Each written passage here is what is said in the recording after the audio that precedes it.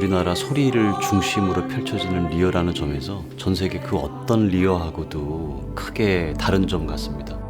배삼식 선생님께서 서양식 텍스트의 문법이 아니라 소리에 어울리게 대본을 각색을 해주시고, 물이라는 소재가 무대에 전반적으로 등장하기 때문에 물이 빛에 산란되어지는 과정을 어떤 심리에 빗대서 표현한다던가, 텍스트 너머에 있는 혹은 음악 아래에 있는 그 어떤 것들을 물이 가지고 있는 시각적, 청각적인 것들로 표현하려고 애쓰고 있습니다.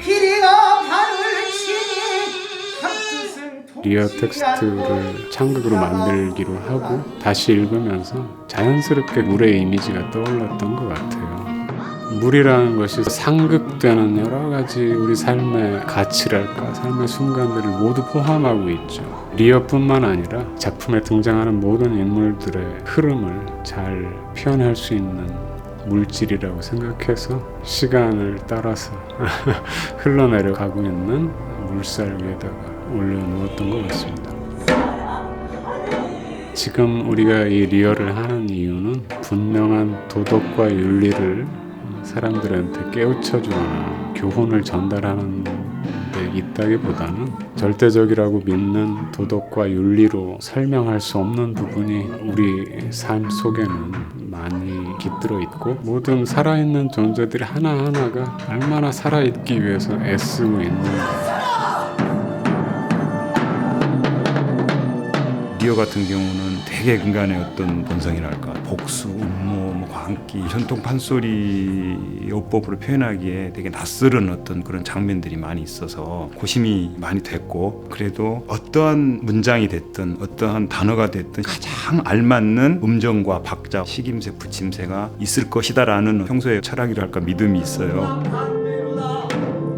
특별하게 어떤 한 바탕이 참고가 됐다기보다 판소리뿐만 아니고 민요랄지 정가랄지 국악 전반적인 음악들이 저한테 새겨진 게 있잖아요. 사설이 가진 그 철학적 의미, 거기에 맞게끔 음악을 표현하는 것, 그것이 이제 이면에 맞는 소리라고 하는데, 그런 훈련이 늘 돼 있기 때문에 텍스트를 보면 나오는 거죠.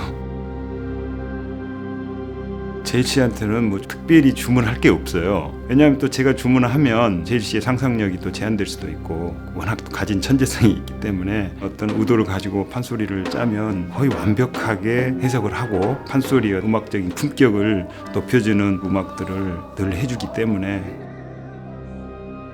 파격적인 텍스트들이 주어지다 보니까 음악도 이제 거기에 맞게끔 진화한다 그럴까요? 기존의 판소리가 표현하기 애매했던 그 정서들이 우리 판소리로도 좀 더 확장되는 그런 걸 이번에 느꼈어요.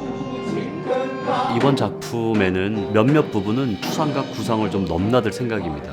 미친 사람을 보면 우리가 보통 우리하고 다른 사람이라고 생각하죠. 근데 미쳐 있을 때야 비로소 사실은 명확하게 어떤 진실을 이야기할 수 있고, 그동안 쌓아두었던 본인의 몸짓들을 마음대로 표현할 수 있죠. 그 순간에 나오는 표정이나 움직임들은 사실적이지 않는 것들이 많습니다. 1막과 2장에서 전환되어질 때에 리어의 몇 가지 움직임들과 심리들을 안무를 통해서 굉장히 흥미롭게 좀 만들어 보려고 생각하고 있고요. 바다는 사실은 모든 강물을 배신하지 않는다는 그런 말들이 있잖아요. 모든 인물들이 바다에 이르렀을 때는 관객분들이 그 모든 사건들을 하나로 이해하게 되고, 또 본인들의 이야기로 받아들이게 되고, 샘에서부터 냇가, 강물, 그리고 바다에 이르는 여정까지를 이 작품 안에 큰 이미지로 그리고 있습니다.